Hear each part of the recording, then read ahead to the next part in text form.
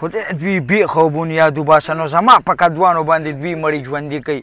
زه یم چې څنګه د ښځو او نرانو سره کدوان په سر دی او دا تورې وړې خواښې کرو او لوریانو کره دا زما نه شو کوی تاسو.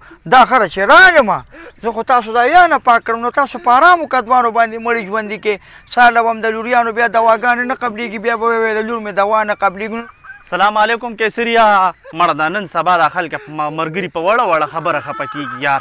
پرون مې یو دغلته کې په خښته په سرو او یاره بېګې راپسې مور رالېږلې وه.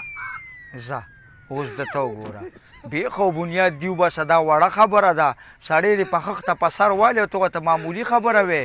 هغه له خو به یې سر 15 ټانکې کړي. دا هم خره چې مور یې ګیلې له راغلې ده چې لا راپوټ یې راباندې نه دی کړی. نه مړه کیسریا دومره تیز خو مې نه دی والې حالي خښته مې داسې راوبغوله بزبینو پې یو غر شو.